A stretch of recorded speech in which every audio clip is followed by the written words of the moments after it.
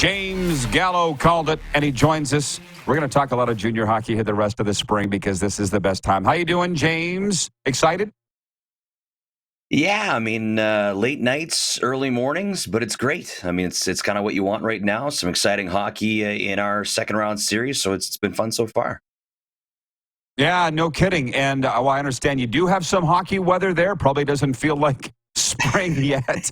But what's the town going through in Moose Jaw, Saskatchewan, getting ready for an elimination game Friday? It's Friday night, I assume, in the Rempel Temple. Yeah, starting back, I think in the first round against the Brandon Wheat Kings, there was a good buzz, and then when you get to the second round and you play a rival like the Swift Current Broncos, it just got amplified. I think even more. It's standing room only. I think that's even sold out, as a matter of fact, a couple of days ago. The community's buzzing, and I think didn't really. Let's be honest. I mean, going to Swift Current and Steel 2 on a midweek, Rod, you know how hostile that environment can be. It's great in Swift Current and playoff hockey, and for the Warriors to do that. I haven't been out in the community yet today, but I'm sure there'll be a lot of people smiling ear to ear, and they're buzzing. This community's ready to roll, and they're really anxious for Game 5 on Friday night. Dude, this is no small thing. And I'll get to the big focus for a second, but the smaller focus is this. You mentioned hard to win in Swift.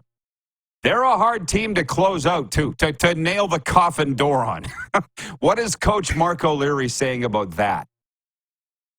I think the one thing talking to this team throughout the course of the playoffs, it's been resetting and refocusing after game. It's in the regular season, momentum can go game to game, but right now the Moose Jaw Warriors just going with the philosophy of momentum right now is shift to shift, and they can't get caught in the highs and they can't get too down on the lows. And how this team has been able to manage their emotions, I think, has been one thing that's been impressive. And, the elimination game is the hardest one to win. You will see, I thought we saw the Broncos at their best in Game 3 because that's the pivotal, in Game 4, that's the pivotal game. I thought we saw the Broncos at their best, but now in Game 5, you're going to see them at their best, and you're going to see them probably at their most desperate, and that's for 60 minutes. So I think Moose Jaw really needs to weather the storm. I think just to be calm. You got to lean on your leaders, right? Lean on the core, the guys that got you here, and hopefully execute properly, and hopefully things can come out well for Moose Jaw. Canadian sports fans and viewers will know this, or American ones won't, so we'll learn them, James. There are teams in this league from Vancouver, Calgary, Edmonton, millions. These in the Elite Eight, Final Eight, Moose Jaw, 35,000 people. Swift Current, 17,000 people.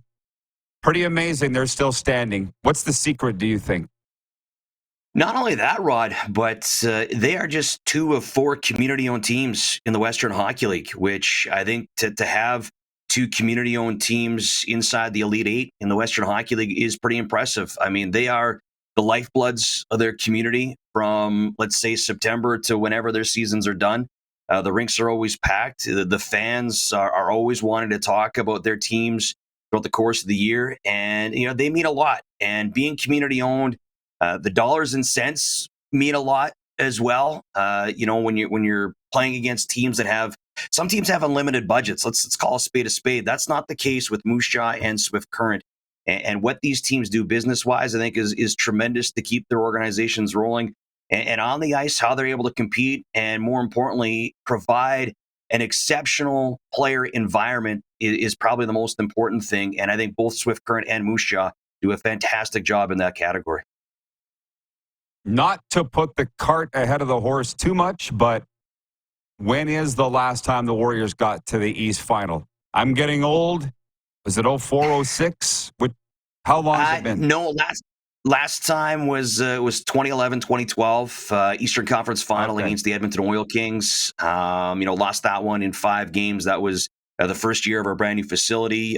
For fans outside of Moose Jaw, that was the year that Morgan Riley was draft eligible. Came back for games 3 and 4 after sustaining a pretty long injury in that season. So it's been a while. And of course, I know Darren before the break was talking about how the Saskatoon Blades had never won a league title, but neither have the Moose Jaw Warriors, and they've been around for 40 years, this being the 40th season. So this is a hungry squad, and they're not looking past the Swift Current Broncos because Friday's going to be a battle. It is Yeah. going to be a battle, and the Warriors are just focused on the Swift Current Broncos. But right from day one and throughout the course of the regular season, you could see the determination, in the players' eyes to try and give this community something that they've never experienced, and that's a championship season. It's a fantastic community. Listen, I don't know when I'm going to talk to you again, although I know I'll see you this summer. But what led to them banning beating on the broadcast booth in Swift? You have to tell me. I saw the sign. It's been 17 years too late. And have they enforced it? The fans beat on the broadcast booth there, everybody. It's highly unnerving and should be illegal. It makes Swift Current unique. And actually, so Rod, we were there on Family Day Monday in February. It was the first game of a 14-day road trip for Moose Jaw. And we left. The Broncos beat Moose Jaw that day, and then we continued on our trip out west. And, probably about 2 or 3 days later, I saw the signs. And I thought first myself, I'm like, oh, no, do they think that I complained? And no chance has that been the case because, after 24 years, I'm used to it. But I was joking around with the Broncos radio guy. I said, if you put the signs there, you can answer to the fans because it's too tall for me to reach. I'm a short guy, so I can't reach to put those signs up. But there's zero chance. The sign underneath the home booth is still there, but the sign underneath the visitor booth, I think that was long gone months ago. So they're still beating on the booth? They're still beating on the booth. I don't have the nerve to respond how other broadcasters have responded in the past. I'm sure, Rod, you've got a great story about that, but I don't have the nerve to do that one. But, the Bronco fans, it's just part of the atmosphere. If people want to experience, I think, a junior hockey playoff game in a great environment, go to Swift Current. Swift Current, Prince Albert, they're unique. And in the playoffs, that they're madhouses. They're fantastic to be a part of. Well, unique is one word for it. I don't know that it comes down to nerve, James, but the very first game I called in that rink was in 1993. It was a preseason game. I thought the thing was coming down for legitimate safety concerns. It's pretty rickety. One day, you wait, man. When that thing comes down, you'll go, Rod was right. They should have listened to him. And by the way, tampering with a broadcast is a federal offense against CRTC regulations. So listen, I researched this stuff.